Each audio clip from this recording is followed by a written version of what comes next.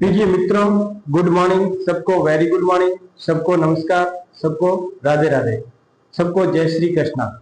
अपन कर रहे हैं कक्षा 12 का चैप्टर नंबर 9 जिसका नाम है डिफरेंशियल इक्वेशन, और कक्षा 12 का जो अध्याय है अवकलन समीकरण। इसमें प्रिय मित्रों अपन सबसे पहले अवकलन की कोटि के बारे में जानकारी प्राप्त करेंगे। क्या करेंगे? ये चैप्टर बहुत इंपॉर्टेंट है, कंपटीशन तक आपके क्वेश्चन आते हैं। क्लास 12 के लिए बहुत इंपॉर्टेंट बनता है कि डिफरेंशियल इक्वेशन के बहुत इंपॉर्टेंट क्वेश्चन आपके एग्जाम में पूछे जाते हैं। इसमें कोटि और घात क्या होती है उसके बारे में अपन जानकारी प्राप्त करेंगे। सबसे पहले अपन कोटि क्या होती है वो समीकरण से पता लगेंगे कोटि और घात क्या होती है। प्रिय मित्रों, बोर्ड पे देखिए, और मैं आशा करता हूं कि प्रिय मित्रों आपकी पढ़ाई बहुत अच्छी तरह से चल रही है, क्योंकि सेकंड टेस्ट अभी आने वाला आपके नजदीक है, तो आप तैयारी अच्छी करें।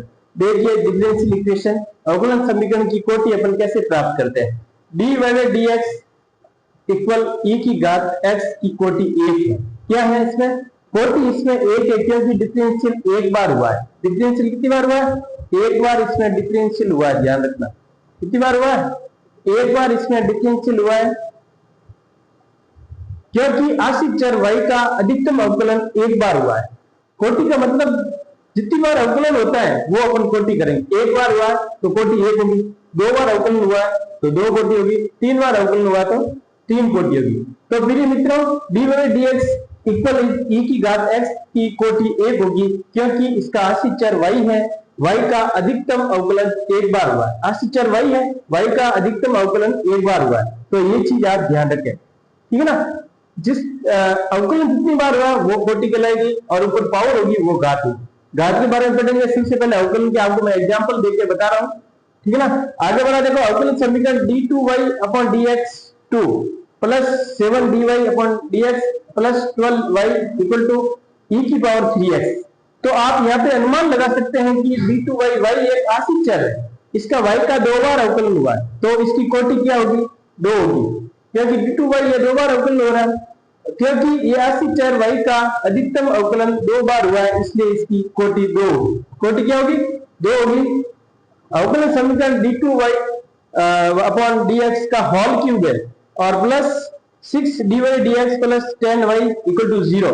फिर मित्रों, ये बहुत इंपॉर्टेंट यहाँ पे आपको ध्यान देने की बात है, क्योंकि dy/dx की होल क्यूब है, मतलब इसकी पावर 3 है, इसका डिफरेंशियल नहीं हुआ है, डिफरेंशियल एक बार ही हुआ है, इसलिए इसकी कोटि 1 होगी। यदि आपको घात पूछा जाए तो इसमें घात क्या होगी? 3 होगी। तो ऐसे क्वेश्चन आप इंपोर्टेंट बनते हैं, ये वाला क्वेश्चन, तो आप अच्छी तरह से ध्यान दीजिए, क्योंकि ये क्वेश्चन बहुत very very most important.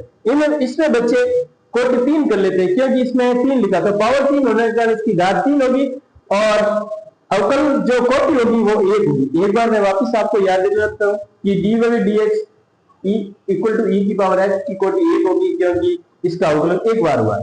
d2y/dx square 7dy/dx plus 12y equal to e की पावर 3x, इसका अवकलन 2 बार हुआ है, तो इसकी कोटि क्या होगी? 2 होगी।